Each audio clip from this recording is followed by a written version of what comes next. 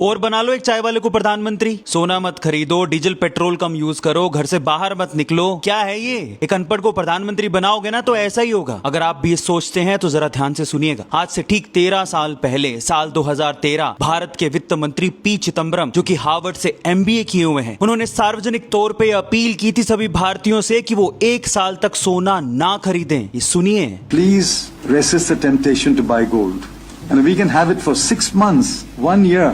Almost minimal gold imports into the country, it will dramatically change the situation of the current account deficit. और तब साल 2013 में भारत के प्रधानमंत्री कौन थे पता है? डॉक्टर मनमोहन सिंह, जो कि कैम्ब्रिज और ऑक्सफोर्ड से PhD थे, जो कि RBI के पूर्व गवर्नर भी रह चुके थे। इतनी पढ़ी लिखी आर्थिक टीम ने भी ये कड़ा फैसला लिया था कि भारतीयों को 1 साल तक सोना नहीं खरीदना है। और पता है उस समय कोई युद्ध की स्थिति नहीं थी, कोई वैश्विक संकट नहीं था, सिर्फ भारत को अपनी बैलेंस शीट को सुधारना था। तो उन्होंने क्या किया? गोल्ड पे टैक्स लगा दिया और आयात को आधा कर दिया, जिससे जो करंट अकाउंट डेफिसिट था ना, वो 4.8 से घट के 1.7 पर आ गया था। उनका ये नुस्खा काम कर गया था। और 13 साल बाद जब भारत पश्चिम एशिया संकट में घिरा है और तब प्रधानमंत्री नरेंद्र मोदी वही अपील दोबारा करते हैं, तो सब उन्हें चाय वाला कह के हाय तौबा मचा रहे हैं। अब पता चक्कर क्या है? हम भारतीय डेटा के पीछे नहीं, शोर के पीछे भागते हैं। लोग आपको कह रहे होंगे कि US डॉलर में पैसे लगाओ या US मार्केट में पैसे लगाओ, मत फंसना। AI का बबल जिस दिन फटा, डॉलर धड़ाम से नीचे गिरेगा। ये सिर्फ फोमो है और कुछ भी नहीं है। पता है ये वही लोग हैं जिन्होंने 4 लाख पे चांदी खरीदी थी, लेकिन जब वो चांदी 1 लाख पे लुढ़क के आ गई तो उन्होंने मुड़ के नहीं देखा। सिर्फ आलोचना के लिए US मार्केट में पैसा लगा रहे हैं, लेकिन ये बाद में रोएंगे। तो सिर्फ चाय वाला कह के उनकी बातों को नजरअंदाज मत करो। वो जो अपील कर रहे हैं उसका फायदा भारत की इकोनॉमी को और आपको आगे चल के दिख जाएगा। और आखिरी अपील करूंगा, YouTube पे अगर आप इस वीडियो को देख रहे हैं तो सब्सक्राइब कर लो हमारे चैनल को, और Instagram पे देख रहे हैं तो प्लीज फॉलो तो कर लो, क्योंकि ऐसी जानकारी आपको कोई और नहीं देगा। क्या बंगाल का शापित ट्रेंड TMC को खत्म कर देगा? क्योंकि आजादी के बाद से तो बंगाल में ऐसा ही होता है, पर वो शापित ट्रेंड है क्या, इस वीडियो में मैं आपको बताता हूँ। देखो, बंगाल की राजनीति में एक अजीब सा शापित ट्रेंड है कि एक बार जनता ने किसी पार्टी को ठुकरा दिया, यानी कि एक बार किसी पार्टी की सत्ता से विदाई हो गई,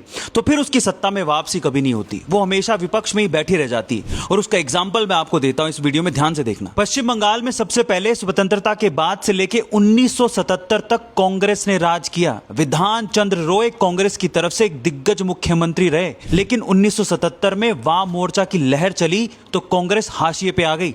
तब से लेके 50 साल हो गए कांग्रेस पश्चिम बंगाल में सत्ता में वापसी का इंतजार ही कर रही है। वाम मोर्चा ने बंगाल में 1977 से लेके 2011 तक पूरे 34 साल तक राज किया था। ज्योति बसु और बुद्धदेव भट्टाचार्य जैसे नेता वाम मोर्चा की तरफ से उस युग के प्रतीक बने, लेकिन फिर आई ममता बनर्जी।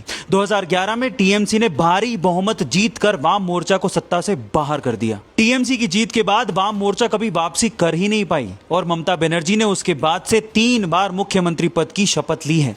शुरू में उनकी लोकप्रियता चरम पर थी, लेकिन धीरे धीरे हिंसा, भ्रष्टाचार और तुष्टीकरण की राजनीति ने उन्हें सत्ता से बाहर का रास्ता दिखा दिया है। और अगर वही शापित श्राप TMC को लग गया तो शायद TMC भी कभी वापसी नहीं कर पाएगी। आपका इसके बारे में क्या कहना है? क्या आपको इसके बारे में पता था? कमेंट सेक्शन में जरूर लिखिएगा। और अगर आप पश्चिम बंगाल से ही हैं तो आप बताइएगा कि आपके हिसाब से क्या ये सच है, लिखिएगा कमेंट सेक्शन में।